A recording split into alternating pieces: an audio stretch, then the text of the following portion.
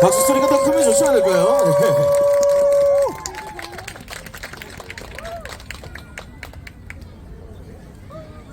안녕하세요. 안녕하세요. 예, 제 목소리 잘 들리시나요? 예. 반갑습니다. 저는 소설가 정유정입니다. 예, 제 소설 읽어보신 분들은 저를 무서운 언니로 알고 계실 텐데, 오늘은 그 신작 영원한 행복을 가지고 다정한 언니로 왔습니다. 네, 만나서 너무너무 반갑습니다. 이제 이번에 그 영원한 천국이 욕망 3부작의 두 번째 작품이거든요. 근데 제가 그 이제 악의 3부작으로 소위 불리는 그 다음에 욕망 3부작을 쓰게 된 계기가 있어요. 제가 이제 등단한 지 한 17년 정도 됐는데, 그 사이에 가장 많이 받았던 질문이 당신의 인생을 움직이는 동력이 무엇이냐, 무엇이 당신으로 하여금 끊임없이 소설을 쓰게 하느냐, 이제 그런 질문을 많이 받았어요. 그게 받으면 저는 아주 해맑게 욕망이요 라고 답을 했거든요. 그러면 되게 이런 반응이어야 되는데 응? 하는 그 약간 움찔하는 느낌인 거예요. 그때마다 저는 되게 이상했어요. 왜 그렇게 생각을 할까? 그런 생각을 지니지니 끝나면서부터 이제 하다 보니까 지니지니를 끝내고 나서 욕망에 대해서 이제 생각을 해보기 시작했어요. 왜 다들 내가 욕망으로 소설을 쓴다 그러면 마치 불경한 말을 들은 것처럼 그런 표정을 지을까 생각을 하다가 국어 사전을 한번 찾아봤어요. 대체 욕망이란 말을 우리 국어 사전에서는 어떻게 표현하고 있는지. 그러니까 부족함을 느껴서 무엇을 가지거나 누리려고 탐하는 마음이래요. 그럼 국어 사전도 이미 약간 부정적인 뉘앙스가 있는 거죠. 이게 저는 문화권에 따라서 약간 그 뉘앙스가 좀 달라지는 게 아닌가. 사전도 자기 문화권에 따라서 해석이 달라지는 게 아닌가. 그는 문화권에서는 사실 욕망을 개인의 자유의지라든가 아니면 열정이라든가 이런 식으로 이제 생각을 하는데, 우리나라처럼 관계주의가 기반이 되는 나라는 아무래도 이제 그 여러 사람 타인과의 연대라든가 배려라든가 뭐 공감, 양보 이런 게 이제 미덕으로 자리 잡은 이곳, 이제 우리 문화에서는 개인의 욕망이라는 것이 조금 뒤에 있는 그런 것 같더라고요. 그래서 저는 이제 욕망의 본질에 대해서 조금 더 생각을 해보게 됐어요. 대체 그럼 욕구와 욕망은 또 어떻게 다를까? 우리가 욕구라는 말도 있잖아요. 욕구와 욕망은 어떻게 다를까? 그거를 생각을 해봤는데, 욕구는 1차적인 욕망인 경우가 많은 것 같아요. 그러니까 지구상의 모든 생물은 생존과 번식을 추구하는 그런 1차적 갈망을 가지고 있거든요. 이게 이제 욕구에 해당되는 게 아닌가 싶더라고요. 뭐 식욕이라든가 수면욕이라든가 성욕이라든가 뭐 배설욕, 이런 것이 이제 욕구인 것 같아요. 그러니까 채워지면 더 갈구하지 않게 되는 것인데요. 그러니까 배가 부르면 우리 숟가락 놓잖아요. 그리고 볼일을 보면 또 변기에서 일어나고, 그리고 사랑을 나누면 만족 욕구가 채워지는 순서에 따라서 그렇게 살고 있는 건데, 채워진 후에도 그 대상에 이제 식욕이 굉장히 조절이 잘 돼요. 그러다가 피자라든가 뭐 떡볶이라든가 이런 걸 보면은 이제 그때부터는 조절이 안 되죠. 조절이 안 되면 이제 머릿속이 텅 비면서 끝장을 보고 나면 후회를 하죠. 그러니까 후회를 하면서도 자기 합리화를 하기 위해서 맛있게 먹었으니까 0칼로리일 거야, 이렇게 생각을 한단 말이죠. 그래서 이게 이제 1차적인 욕망이고, 이제 이 욕구이고, 욕망은 욕구에서 출발해서 삶의 가치로 진화할 때 욕망이 되는 것 같거든요. 그러니까 제가 어렸을 때 시골에서 자랐어요. 전라도 한평이라는 곳에서 자랐는데, 우리 동네에는 그 이제 내 또래가 남자애들밖에 없었어요. 저는 여자애 혼자였는데 걔네들하고 끼어서 악착같이 놀려고 그렇게 해도 제가 이렇게 어떤 존재감을 드러낼 기회가 없었어요. 남자애들만 있다 보니까 가령 축구를 하잖아요. 그러면 저한테는 공을 찰 기회를 안 줘요. 주전자를 주면서 가서 물을 떠와라. 이제 그런 것만 시키지 그 기회를 안 주는데, 제가 유일하게 남자애들 사이에서 어떤 존재감을 드러낼 기회가 있었다면은 바로 이야기를 해줄 때였거든요. 제가 어려서 굉장히 그 전라도 말로 부잡스럽다 그래요. 굉장히 말썽을 많이 피우는 아이였대요. 그래서 엄마가 동화책을 사주잖아요. 우리 어렸을 땐 그런 동화책이 있었어요. 계몽사나 금성출판사에서 나오는 소년, 소녀, 명작전집 150권 막 이런 게 있었어요. 그러면 그거를 한 권씩 읽고 나가서 애들한테 그 얘기를 막 들려주는 거예요. 그러면은 그 들려주는 날은 제가 완전히 스타가 돼요. 그러니까 제 존재감을 드러내는 그런 날인 거죠. 그러다 보니까 날이면 날마다 책을 열심히 읽게 된 거예요. 그래서 이제 초등학교 내내 그렇게 책을 읽어주면서 마음속에 나는 커서 작가가 되어야지라는 그런 꿈을 갖게 됐어요. 왜냐? 어렸을 때 책을 많이 읽은 아이들은 필연적으로 뭘 잘해요? 글을 잘 쓰게 돼 있죠. 예, 그래서 학교 대표 글쓰기 선수로 다니면서 뭐 상도 타고 이러면서 이제 나는 나중에 작가가 되어야지라고 생각을 했어요. 그래서 이런 욕망을 이제 품었는데 초등학교 6학년 때 약간의 변화가 오긴 했어요. 레파토리에. 이제 초등학교 6학년이 되니까 그 150권을 다 읽은 거예요. 다 읽고 나니까 이제 읽을 게 없잖아요. 그래서 아버지 책장을 이렇게 열어봤더니 뭐 사냥꾼 이야기, 차탈의 부인의 사랑 이런 게 있더라고요. 그래서 그걸 읽고 나서는 다시는 소년 소녀 명작으로 돌아오지 않았습니다. 그래가지고 그 이야기를 이제 그렇게 들려서 누가 나한테 너는 장래 희망이 뭐야? 그러면 나는 작가가 될 거예요. 이렇게 말을 했는데 이제 고등학생이 되었어요. 이제 광주에서 학교를 다니는데 2학년 되면 문과, 이과 나눠지잖아요. 난 당연히 공문과를 갈 거라고 생각하고 문과를 지망을 했는데 저희 엄마는 반대를 하셨어요. 제가 어떻게 해서든지 이제 그때만 해도 지금처럼 꿈이 중요한 게 아니라 세상에 나가서 내 몫을 하는 것이 중요했어요. 그래서 나가서 직업을 가질 수 있는 그런 학교를 가야 한다. 그래가지고 제가 문과로 이렇게 내면 학교에 쫓아오셔가지고 이과로 바꾸고 이걸 2번을 하셨어요. 그러니까 저는 질 수밖에 없죠. 왜냐하면 돈을 내주고 학교를 보내주는 사람이 엄마이기 때문에 질 수밖에 없게 됐죠. 그래서 그때부터 저는 작가가 되겠다는 꿈을 말하지 않게 되었어요. 이게 이제 내적으로 비밀스럽게 제가 간직한 어떤 갈망이 된 거죠. 그래서 간호대학에 갔거든요. 그래서 마음속으로만 아무도 제가 작가라는 꿈을 꾸고 있는지 고등학교 때 친구들은 몰랐어요. 그런데 이제 대학을 가가지고 저희 학교에 이제 그 출강을 하시는 교양 국어 출강을 하시는 이제 전남대학교 국문과 교수님이 계셨는데 이분이 굉장히 괴팍한 분이셨어요. 시인이기도 했고 이제 5.18 때 그 몇인 이렇게 선서 그 쓰신 그런 분이기도 했는데 굉장히 괴팍한 분이었는데 중간고사 때 들어와가지고 다 시험을 이제 우리는 간호대학은 사지 선다형에 굉장히 익숙한데 백지를 나눠주는 거예요. 그러면서 칠판에다가 얼굴이라고 쓰는 거예요. 이 얼굴이라는 단어를 가지고 니네 하고 싶은 대로 백지를 메워봐라. 이게 시험이었던 거예요. 그러니까 진짜로 그 백지에다 얼굴을 그린 애들도 있고요. 간호사 이 모자 쓴 자기 얼굴 이렇게 그려서 낸 아이도 있는데 제가 그때 무슨 적이었는지 모르겠는데 백지 앞뒤로 빡빡하게 50분 동안에 단편소설 하나를 써서 낸 거예요. 그러니까 일주일 후에 교수님이 저를 부르셨어요. 교수실로 들어가니까 뭐 습작 노트가 있냐 없냐 물어보지도 않고 습작 노트 가져와봐 저한테 그러시더라고요. 그래서 습작 노트를 가져다 드렸어요. 그때 또 일주일 후에 저를 부르셨어요. 그러더니 나를 이렇게 쳐다보면서 작가가 되고 싶지라고 묻더라고요. 그래서 대답을 못하고 있다가 네 그랬더니 본인이 글을 잘 쓰는 아이들은 많이 봤대요. 근데 이야기를 할 줄 아는 그것도 제대로 이야기를 할 줄 아는 아이는 네가 처음이다고 그러면서 너는 작가가 되어야 한다고 전과를 할 생각이 있냐고 물어보더라고요. 그러면 본인이 도와주시겠다고 하더라고요.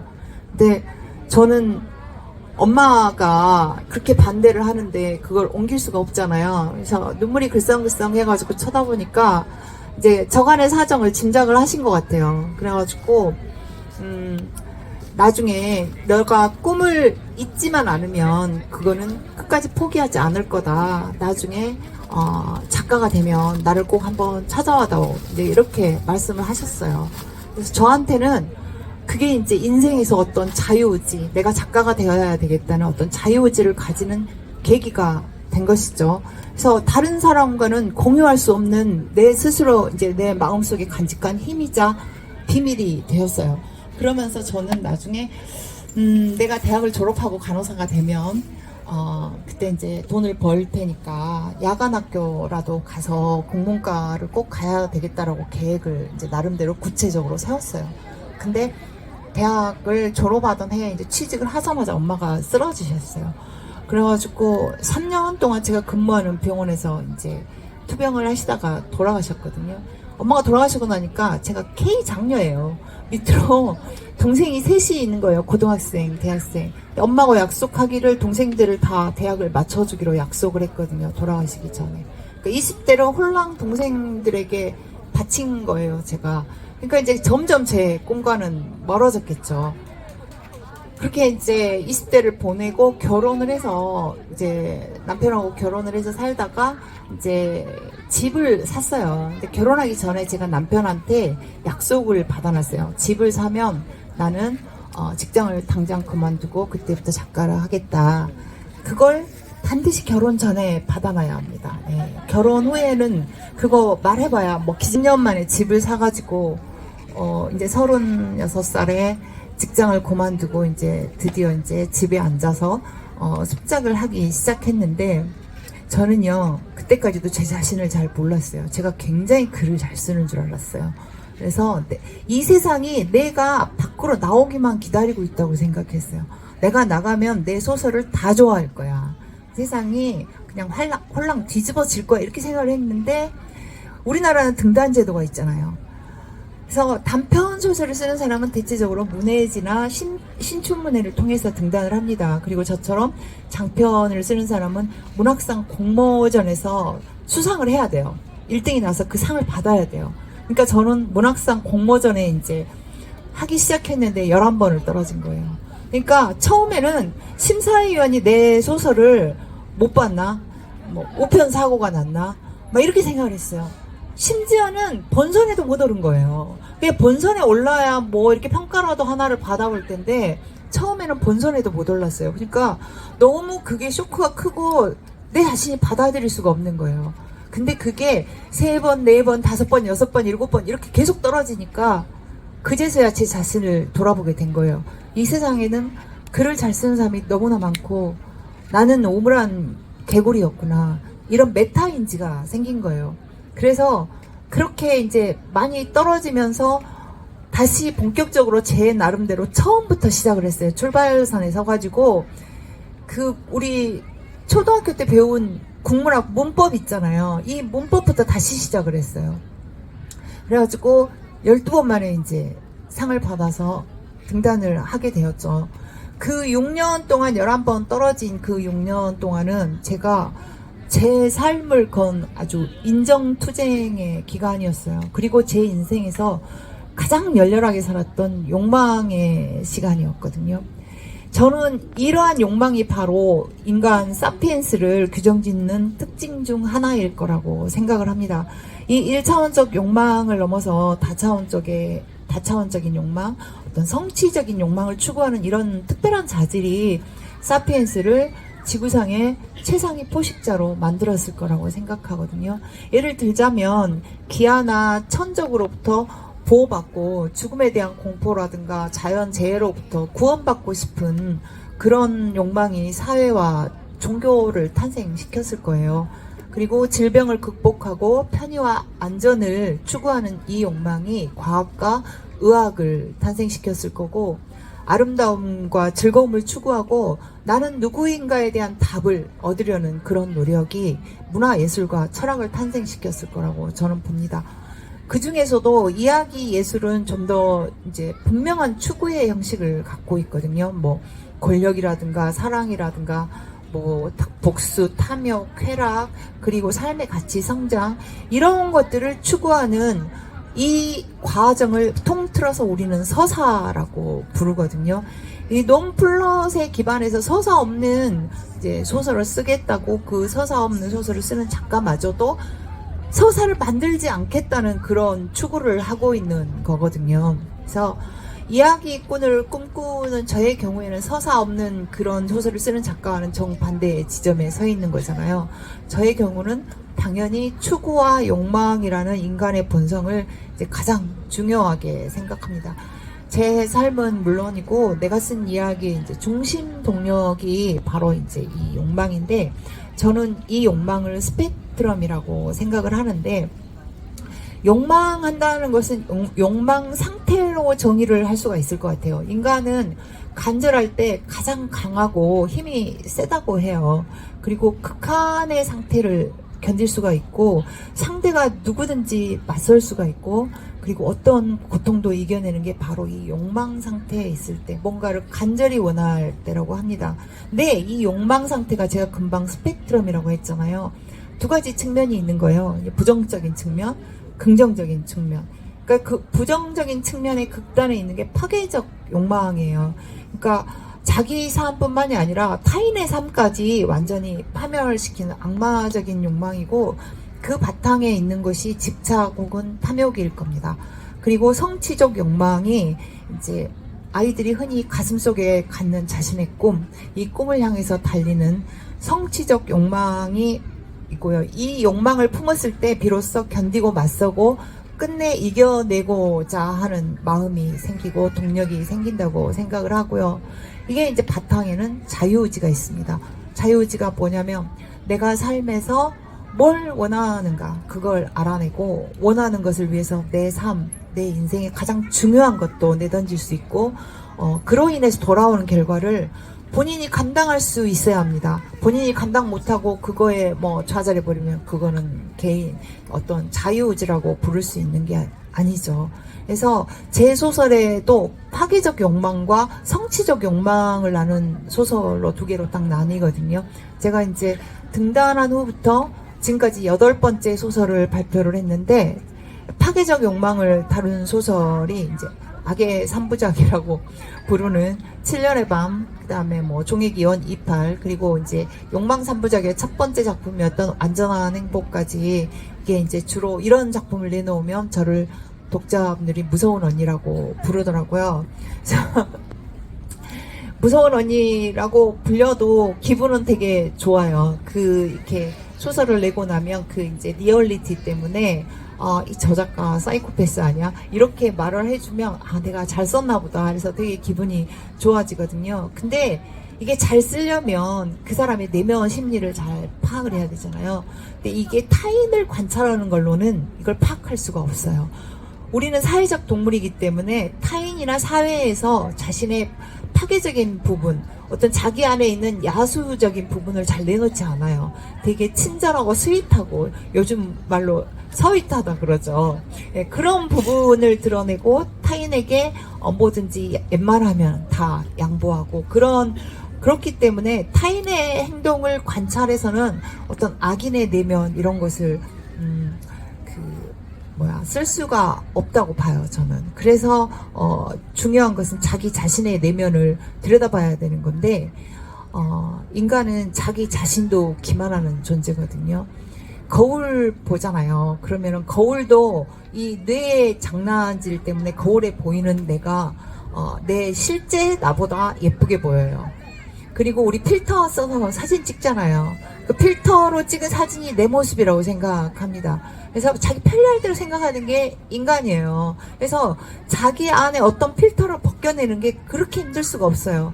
누구나 다 이 세상에서 선의 중심에 자기를 놓고 싶어 하거든요. 나는 선한 사람이고 나는 착한 사람이고 누구에게도 나쁜 짓을 하지 않는 사람이야 라고 생각하고 싶어 합니다. 그리고 대체적으로 그래요. 어렸을 때부터 도덕교육과 윤리교육을 받아왔기 때문에 우리가 사회에 나가서 그런 관습을 어기는 짓을 하지 않아요. 그걸 하면 감옥에 가거나 아니면 타인에게 회피 대상이 되잖아요.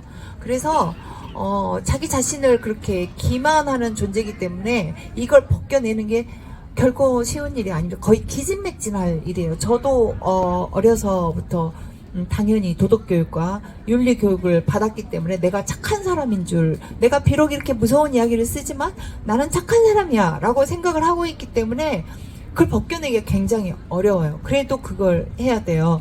그래서 종의 기원을 쓸 때에도 그걸 벗겨내지 못해서 소설을 한 3번 정도 갈아엎은 것 같아요. 그러니까 뭐 종의 기원의 맨 앞쪽에 보면은 자기가 엄마를 살해해 놓고 자기가 그 살해한 걸 망각을 해버렸어요. 자기가 그래놓고 그걸 확인하기 위해서 그 살해한 목의 칼자국에다 칼을 넣어보는 장면이 있어요. 이게 사이코패스 같으면 해야 되는 장면입니다. 근데 소설을 쓰면서 제가 그러는 거예요.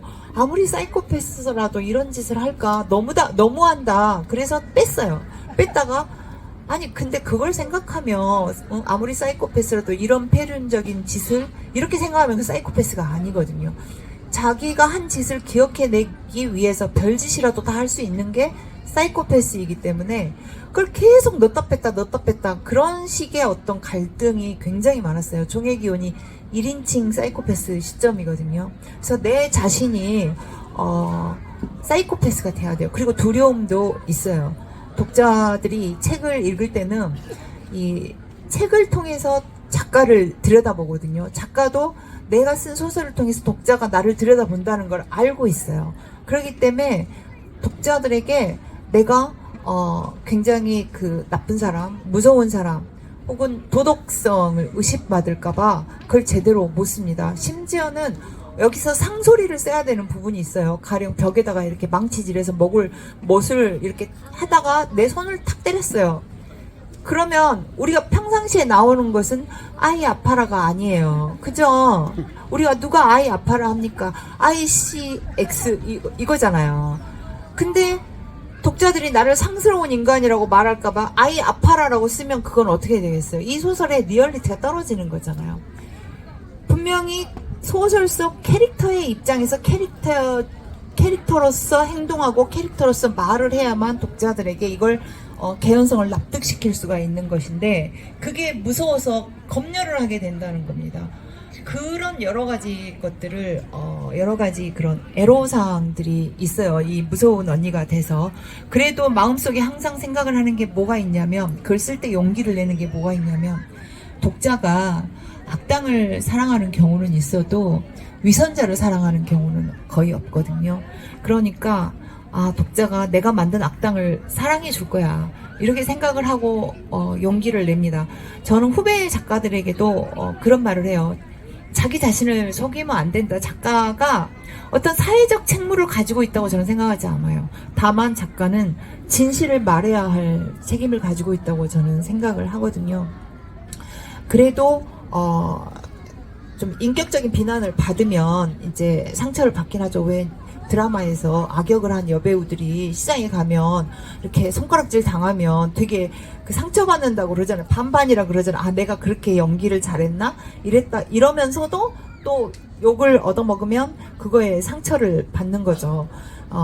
그래도 저는 마음속으로 늘 생각을 합니다. 어떻게 하면 이 악당을 좀 더 악당답게 그릴 수 있을까? 이제 그런 생각을 하고 또 내 욕망에 대해서도 생각을 해요. 저의 궁극적인 욕망.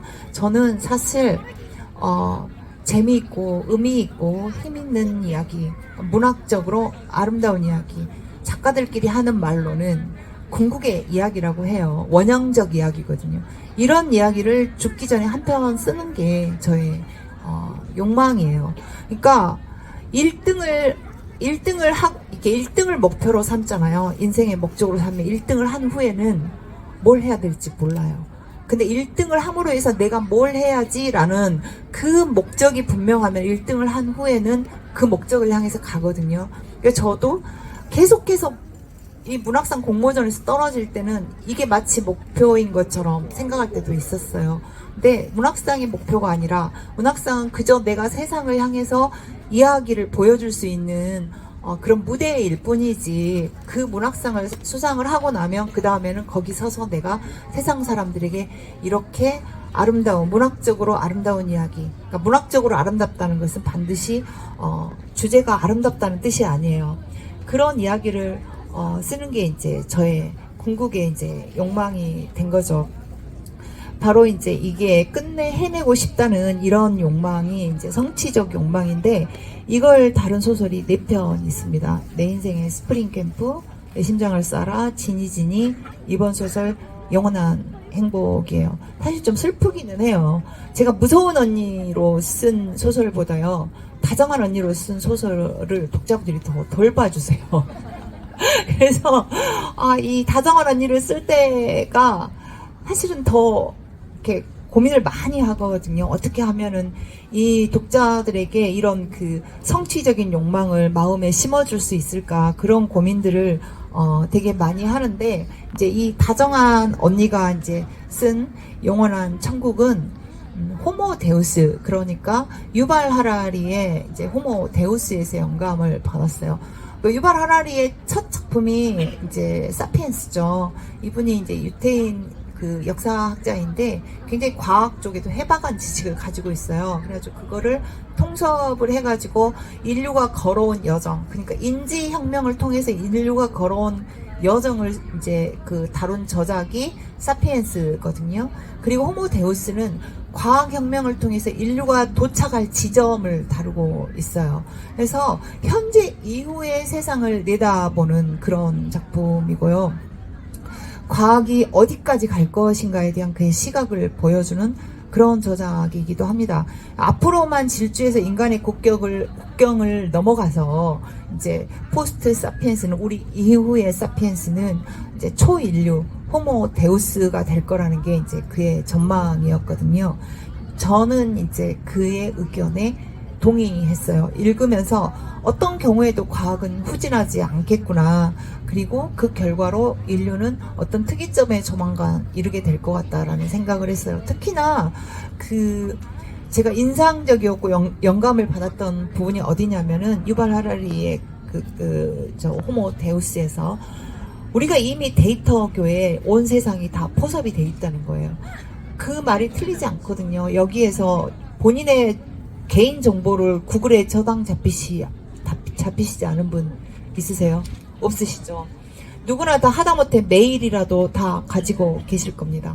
그래서 이렇게 자기 데이터 교회에 우리가 이렇게 포섭을 당해서 데이터 교회 신도가 돼 있는데, 앞으로는 그러면 인간이 하나의 데이터화 돼서 어떤 클라우드로 업로드 된다면 영생이 가능하지 않을까, 이제 그런 생각을 해본 거죠. 그런 상상을 해본 거죠.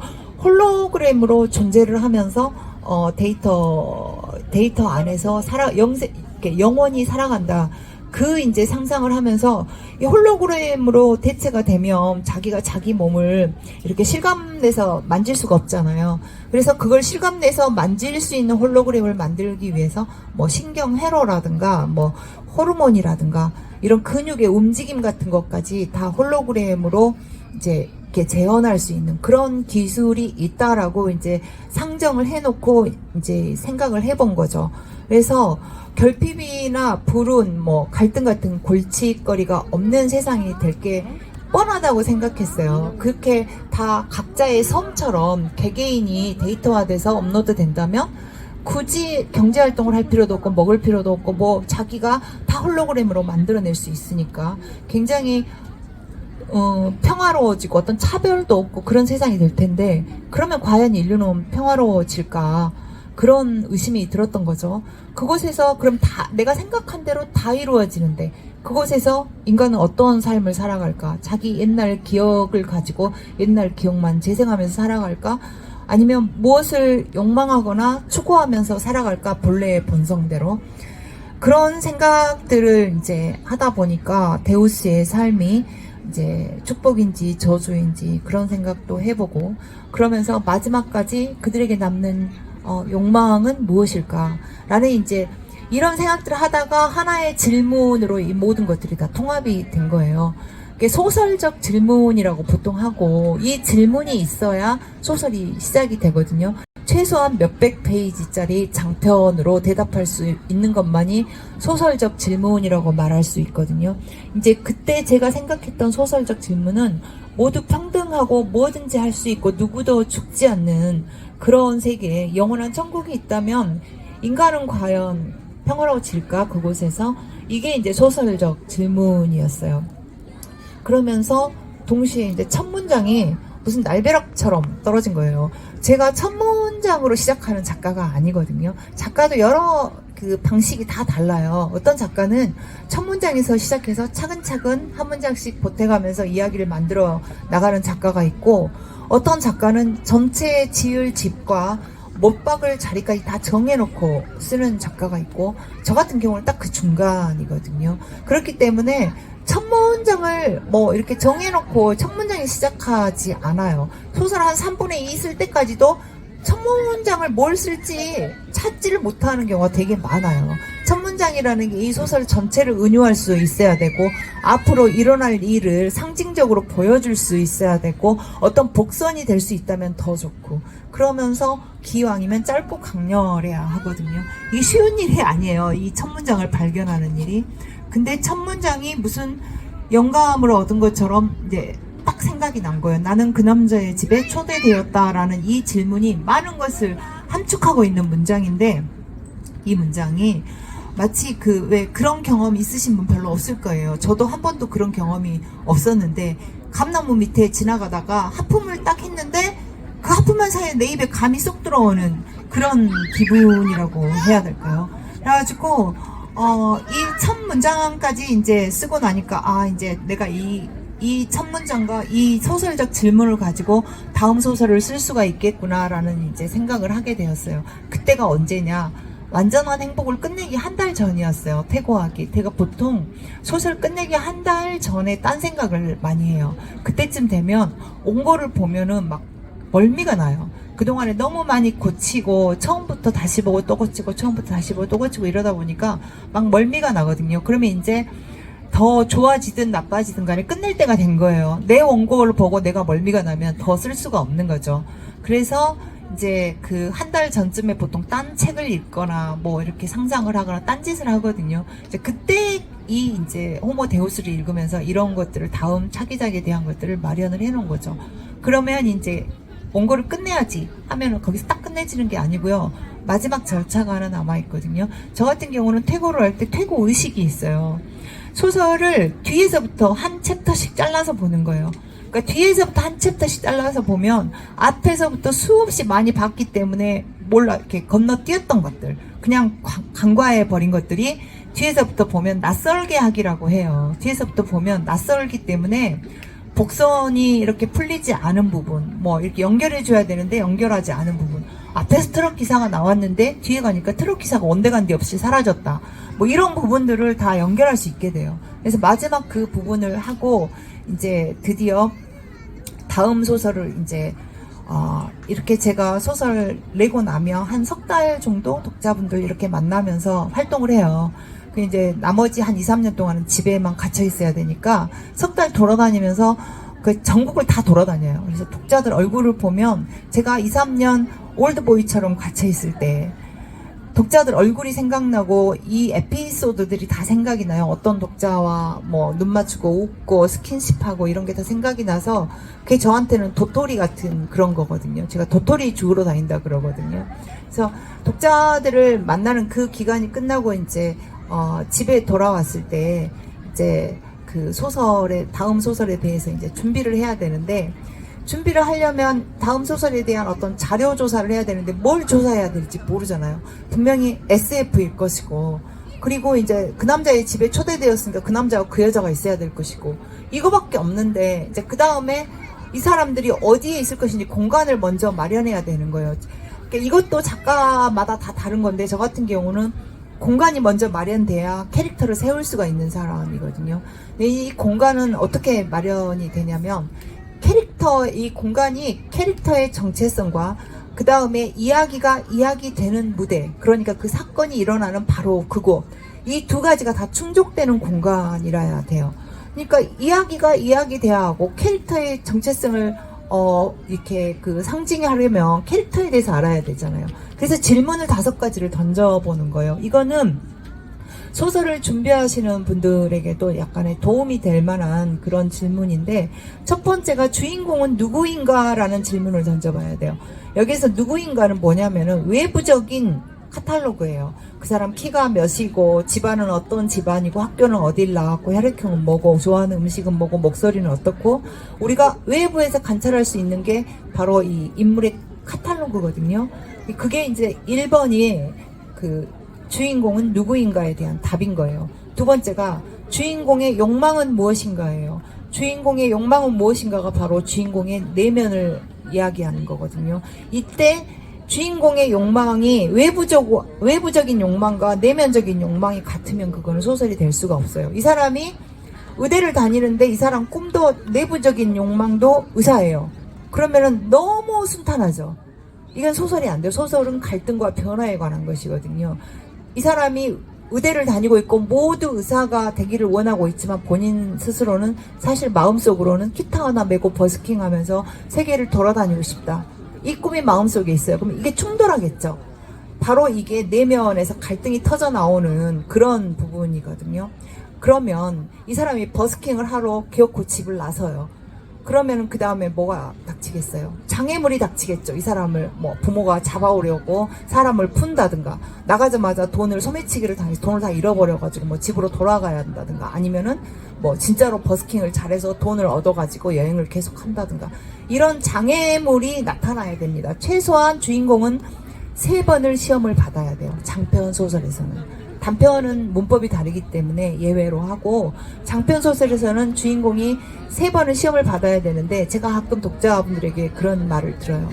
도대체 당신은 왜 주인공을 그렇게도 못 살게 구느냐, 그런 이야기를 하거든요. 불행을 계속해서 주고 불행을 주다 못해 나중에는 벼랑에서 발로 차서 떨어뜨려 버리거든요. 이게 바로 주인공에게 장애물을 제공하는 거예요. 주인공의 개인의 자유의지를 시험하는 겁니다. 이게 3번, 4번의 이 장애물을 건너뛰고도 기어코 자기가 하고 싶은 일을 성취를 하느냐 못하느냐, 이거에 따라서 이 주인공의 자격이 있느냐 없느냐를 이제 판단을 하게 되는 거거든요. 이 시험 3번의, 최소한 3번의 시험을 건너뛰지 못하고 포기를 하면 이 사람은 주인공이 아니에요. 이 사람은 그냥 조연입니다. 그래서 마지막으로 이제 결말은 그래서 어떻게 되었느냐예요. 독자분들이 결말이 이제 뭐 해피엔딩, 새드엔딩 이 정도만 알고 계시거든요. 근데 결말은 4가지 정도가 있습니다. 하나는 해피엔딩이죠. 주인공이 원하는 것을 성취하고 행복하게 살았다. 이게 이제 해피엔딩입니다. 그 다음에 새드엔딩은 뭐냐, 주인공이 원하는 것도 얻지 못하고 행복하지도 못해요. 자기 인생도 파멸했어요. 그러면 이게 새드엔딩이겠죠. 독자들이 둘 다 좋아하지 않습니다. 해피엔딩은 너무 빤해서 싫어하시고, 새드엔딩은 스트레스 쌓이니까 싫어하세요.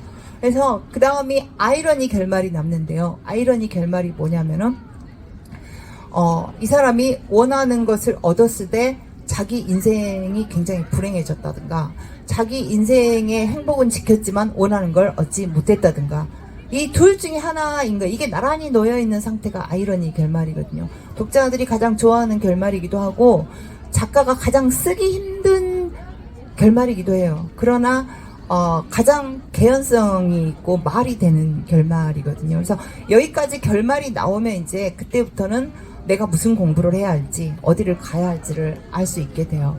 영원한 행복 같은 경우는 임경주라는 남자 주인공이 있고 이혜상이라는 여자 주인공이 있습니다. 이 임경주라는 남자 주인공은요, 어릴 때 굉장히 불운한 집안에서 자랐어요. 그래서 아빠한테도 사랑받지 못하고, 엄마는 이혼해서 집을 나갔고, 남동생을 어렸을 때부터 이제 동생이 아니라 거의 아들처럼 이렇게 키웠는데, 아버지도 죽고 동생도 죽고 뭐 굉장히 인생에 불행한 일을 많이 겪어요. 그러다 보니까 내면이 굉장히 차가워요. 누구한테도 정을 주지 않고 내가 생존하는데 가장 몰두해 온 사람이거든요. 그래서 이 사람은 이렇게 마음속이 그야말로 그 유빙이 이렇게 흘러내려와서 빙원을 이루는 그런 것처럼 추운 어떤 그런 빙원지대이겠다 생각을 했어요.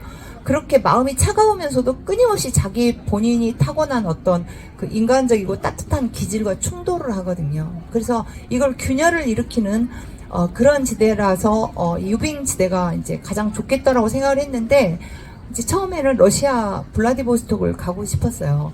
근데 블라디보스톡이 이제 전쟁 중이잖아요. 그래서 갈 수가 없어서 일본 홋카이도 이제 유빙 형성 지대를 가기로 했거든요.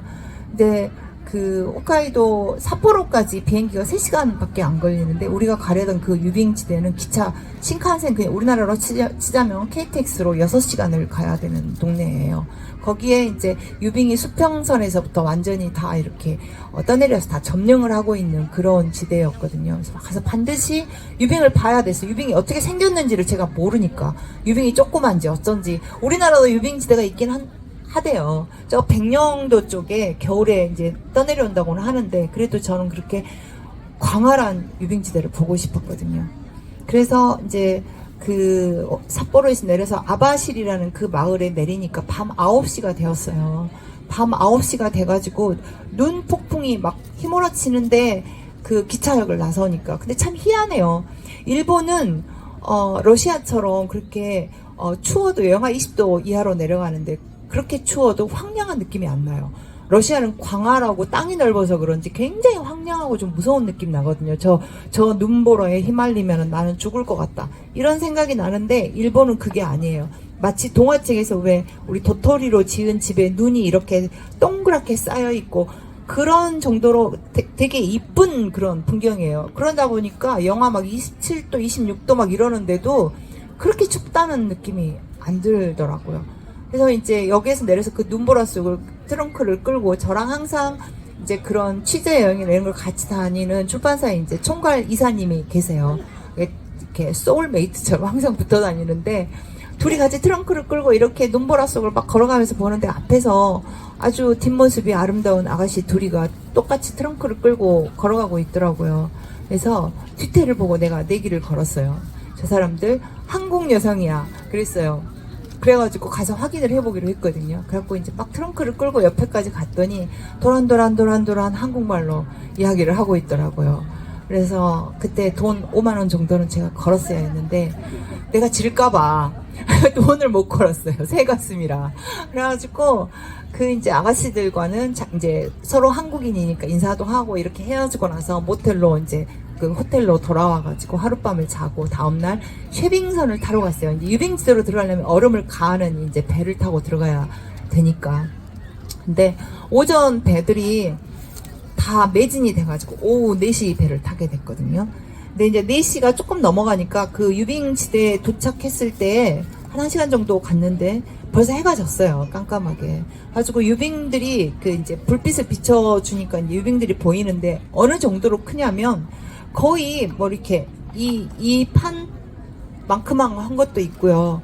어마어마하게 커요. 밑에 그 빙하를 딱 잘라놓은 것처럼 밑으로도 깊고 이 옆으로도 크고 그냥 부피 자체가 큰 거 있잖아요. 그런 유빙들이 저 수평선 끝에서부터 파도를 타고 몰아쳐가지고 계속 쿵쿵하고 부딪히면서 막 물보라를 일으키고 그렇게 오더라고요. 수평선을 보니까 파란 이 띠, 형광색 같은 그런 띠가 유빙이 반사돼서 별빛에 반사돼가지고 그런 띠가 둘러져 있고, 그러니까 유빙은 떠내려오고 파란 띠가 수평선에 둘러져 있고 얼마나 아름다웠겠어요. 그날 또 밤에 저녁에는 맑았거든요.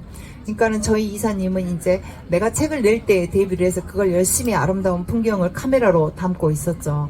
근데 저는 이제 그거를 밑에를 내려다 보니까 유빙들이 계속 부딪히는 그걸 보다 보니까 어떤 생각이 들었냐면, 내가 저기 떨어지면 어떻게 되지? 그런 생각이 들더라고요. 그러면서 그 순간에 어떤 영감이 머리를 싹 스쳐간 거예요. 가만히 있어봐. 내가 이번 소설에서 죽일 사람이 하나 있는데 이렇게 죽여야겠다. 그 순간에 그러니까 한쪽에서는 똑같은 유빙을 보고요. 유빙의 충돌을 똑같이 보면서 한쪽에서는 아름다운 풍경을 카메라로 담고 막 감탄을 하고 있는데, 저는 머릿속에서 살인을 하고 있는. 그래가지고 이제 거기를 갔다 와서 이제 소설을 쓰기 시작했거든요. 소설을 쓰기 시작했는데, 이 소설에서 굉장히 중요한 게 그 이제 러브 스토리가 두 파트가 나옵니다. 제가 소설가로서 출발한 이후로 처음 처음으로 썼어요, 로맨스를. 단 한 번도 써본 적이 없거든요. 근데 원래 두 파트를 쓸 생각이 아니었어요. 뒤편에 있는 이제 로맨스, 그러니까 뒤편의 연애가 이 소설의 핵심을 잡고 있는, 그러니까 주인공을 마지막 시험 때에 올리는 연애거든요. 이게 반드시 필요해서 여기는 연애 장면을 써야 해라는 이 이제 그 어떤 의무감이 있었어요. 그러나 앞에 부분은 연애 장면을 쓰려고 상상을 하지를 않았어요. 한 번도 안 써봤는데 그걸 2개씩 쓴다는 게 너무 저한테는 그 벅찼거든요. 그래서 둘을 남매로 설정을 해놨었어요. 근데 앞에 부분을 쓰고 얘네 둘이를 남매로 설정해서 출발을 시키려고 보니까 얘네들이 계속 헛바퀴를 도는 거예요. 그러니까 생각해보니까 그렇기도 하더라고요. 내가 이제 이 남자 주인공이 여주인공을 위해서 자기 인생을 다 던지거든요. 근데 내가 아무리 내 남동생들 둘을 저기하게 키웠지만 내 모든 것을 던져서 한다? 이게 상상이 안 되는 거예요. 그러니까 이야기가 안 나가는 것이죠. 근데 이 여주인공은 제가 그 공간을 상상을 하기를 사막으로 상정을 해놨어요. 태초에는 바다였던 어떤 사막. 왜 그랬냐? 여주인공이 루게릭병을 앓고 있습니다. 그러니까 루게릭병은 정신이나 지성, 이런 의식, 이런 것들은 다 멀쩡해요. 신경도 멀쩡해요. 감각도 멀쩡하고. 다만 근육으로 움직일 수가 없어요. 그러니까 얼마나 이게 마음이 이렇게 비참하고 힘들겠어요. 고통스럽고. 그래서 바다는 여성을 상징하는 은유이잖아요. 모든 생명이 다 바다에서 태어났고 우리도 사실 바다에서 태어났거든요. 그래서 옛날에 바다였던 사막이었으면 좋겠다 이런 생각을 했는데 사막을 갈 생각은 못 했었거든요. 근데 이 사막을 가봐야 뭔가 수가 나겠다 그런 생각이 들더라고요. 도저히 남매로는 어떻게 되지를 않고, 그런 상황에서 이집트 문화원에서 이제 제 책이 이 아랍어권에 이제 번역이 되면서 이집트 문화원에서 이제 저에게 그 행사 요청이 온 거예요. 와서 이집트 독자들에게 이제 이 행사를 2박 3일 동안 좀 해줬으면 좋겠다.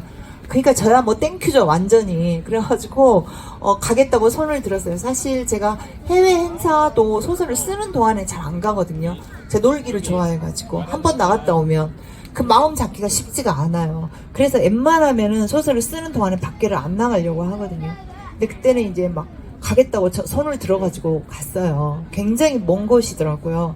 그러니까 여기서 도하까지 가가지고 도하에서 또 카타르까지, 카이로까지 또 비행기를 2번을 갈아타야 돼요. 비행 시간만 17시간이에요. 그래도 그 사막을 가볼 수 있다는데 그 마음이 들떠가지고 힘든 줄도 사실 몰랐어요. 그래서 카이로에서 2박 3일 행사를 마치고 이제 바하리아 사막으로 사막 캠핑을 떠났거든요. 그 카이로 수도에서 한 5시간 정도 차를 타고 가면 베두인 마을이라는 곳이 나오는데, 거기가 바하리아 사막의 입구에 있어요. 사막 민족들이 사는 곳이에요. 그래서 거기에서 이제 가이드와 지프를 타고 사막으로 들어갔어요. 그 바하리아 사막 안에는 사막이 3개가 있는데, 작은 사막들이, 하나는 검은 사막이라 그래가지고 화산재가 다 덮고 있어서 전체적으로 봉우리나 모래나 이런 게 다 까매요. 그리고 2번째는 크리스탈 사막이라 그래서 거기는 크리스탈이 다 깨져가지고 햇볕이 비치면 완전히 반짝반짝해서 눈이 부셔서 선글라스를 반드시 써야 되는 그런 곳이었거든요. 3번째 도착한 곳이 화이트 사막, 하얀 사막이었어요. 이 하얀 사막은 우리가 어린 왕자라는 동화를 통해서도 굉장히 익숙한 사막이에요. 어린 왕자와 사막 여우가 만난 곳이죠. 근데 가보니까 왜 사막이 하얀 사막인지 알겠더라고요. 그 옛날에 심해 바다였던 곳이 여기가 사막으로 바뀐 거예요. 물이 다 마르고. 그러니까 바닥이 이렇게 모래도 있지만 많은 부분이 석회암이 굳어가지고 물결 모양으로 이렇게 굳어있는 그런 곳이고, 뭐 산봉우리도 다 석회암 봉우리고 이제 그런 곳이었어요. 그래서 이제 우리가 가장 중요한 건 사막 여우를 만나야 한다라고 저는 생각을 했는데, 사막 여우 보기가 되게 어렵대요. 그 사막에서는. 그래서 이렇게 먹을 거를 이렇게 뿌려놓으면 새벽에 와서 몰래 먹고 도망간다는 거예요. 사막 여우를 못 볼 거라고 가이드가 그러더라고요. 가이드 청년이. 그래서 그래도 못 볼 거라고 했어도 혹시 모르니까 기대를 하고 있었거든요. 밤 10시쯤 되니까 사막에 안개가 하얗게 낀 거예요. 그러니까 이 가이드가 그러는 거예요. 사막에 1년에 2번 비가 온대요. 안개도 1년에 2번이나 낄까 말까 한대요. 근데 그런데 우리가 간날 안개가 낀 거예요. 그러니까 뭘 볼 수가 없는 거죠. 완전히 앞이 안 보이는 뭐 무슨 눈 폭풍 속에 있는 것 같은 거예요. 그런데 모닥불 앞에 앉아서 우리가 여우를 보기는 틀렸나 보다 하고 포기를 할 즈음에 어디선가 짜박짜박 소리가 나는 거예요. 이게 모래를 딛고 오면은 발소리가 안 들릴 텐데 이 석회한 바닥을 딛고 오니까 짜박짜박 소리가 들리더라고요. 그래서 그때는 이제 완전히 숨을 딱 멈추고 핸드폰 플래시를 켰어요. 그래가지고 바로 비추면 여우가 놀라서 도망갈까봐 여우라는 걸 이제 알았죠. 이렇게 옆으로 비춰가지고 그 먹는 소리가 나는 데서 딱 비치니까 이제 이 핸드폰 빛이 이렇게 안개가 산란이 되면서 안개가 거치듯이 이렇게 뒤쪽 공간이 나타나면서 거기에서 새까만 여우 눈이 딱 하고 나타난 거예요. 완전히 반짝반짝한 눈이. 저하고 눈이 마주쳤어요. 저예요, 저의 총괄이사님은 본인하고 마주쳤다고 주장을 하고 계신데 분명히 저하고 마주쳤거든요. 그 순간에 그런 생각을 했어요. 아, 그래. 얘네 둘은 남매가 아니고 그냥 연애를 시켜야 할 운명인가 보다. 근데 내가 못 쓴다는 이유로 얘네 둘의 운명을 막고 있었구나. 그런 생각이 들었었어요. 그래서 돌아와서 이제 소설을 다시 다 뒤집어 엎었어요. 남매에서 이제 이 연인으로 바꾸려면 소설을 처음부터 설정을 다 뒤집어 엎어야 하잖아요. 그래서 다 뒤집어 엎고 딱 그 바하리아 사막까지 그 지점까지 딱 오니까 얘네들이 둘이 어찌나 자기들끼리 알아서 연애질을 잘하는지 제가 굳이 막 애쓸 필요도 없이 그렇게 이제 그 부분을 쓰게 됐어요. 그러니까 뒷부분에 오히려 남자 주인공의 연애, 원래 써야 했던 핵심 부분의 연애는 정말 힘들었거든요. 그걸 쓰는데. 근데 앞부분은 그렇게 생각보다는 어렵지 않게 이 이제 소설을 이제 쓰게 됐고요. 그리고 나서 이제 3년 만에, 이번에 책이 가장 늦게 나왔나 봐요. 제가 빠르면 2년, 안 그러면 보통 3년 안에는 내는데 3년 3개월이 걸렸거든요. 3년 3개월이 걸려서 이제 소설을 다 쓰고 탈고를 하면서 제가 던진 질문에 이제 답을 찾아냈습니다.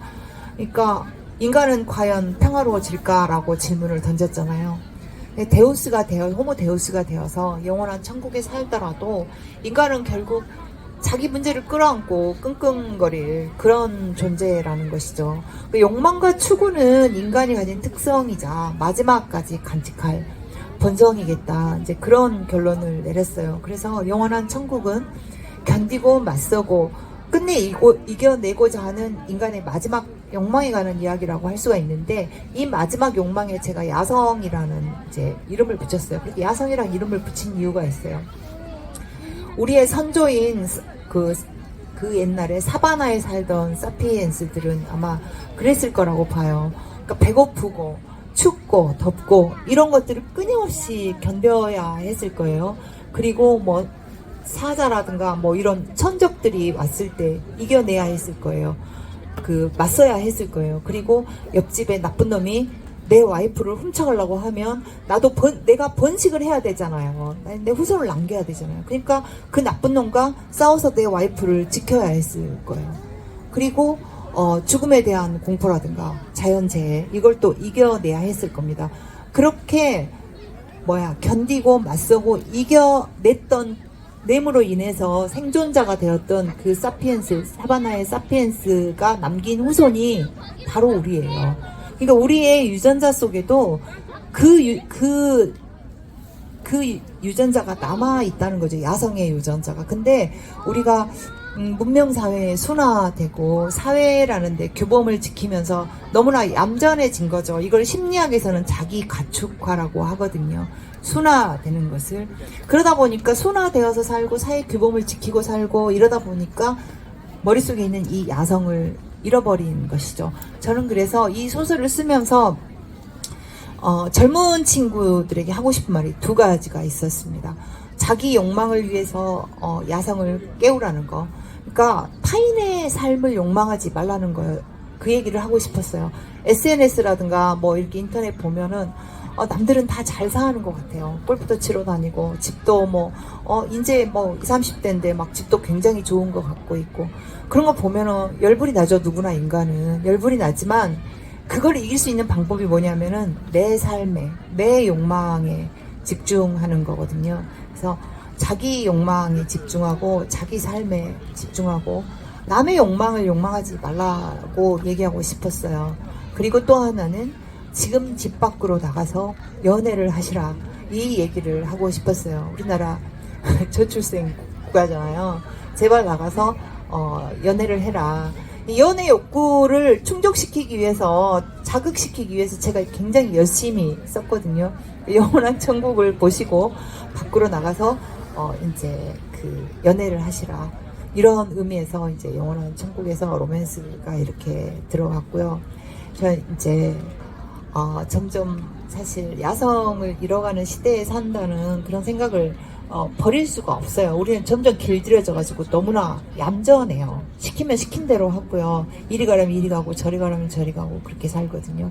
근데 젊은 친구들이 그렇게 살지 말았으면 하는 생각이 드는 거예요. 분명히 외부적인 요인이 있어요. 근데 중요한 게 뭐냐면, 외부적인 요인이 있다 하더라도 내 삶의 실행자인 나를 책임지는 것은 사회가 아니라 나거든요. 그래서 내가 내 인생을 책임져야 되기 때문에 자기 마음속에 있는 그런 야성을 깨워서 자기 삶을, 오로지 자기 삶을 욕망하라, 이 얘기를 하고 싶어서 이제 그 영원한 천국을 썼습니다. 네, 저 이제 영원한 천국에 대한 이야기는 여기서 끝내고요. 질문을 받아야 하나요? 예, 사회자님 어떻게? 네, 자, 질문 있으신 분 손을 좀 들어주시면요, 저희가 마이크를 좀 전달해 드리고요.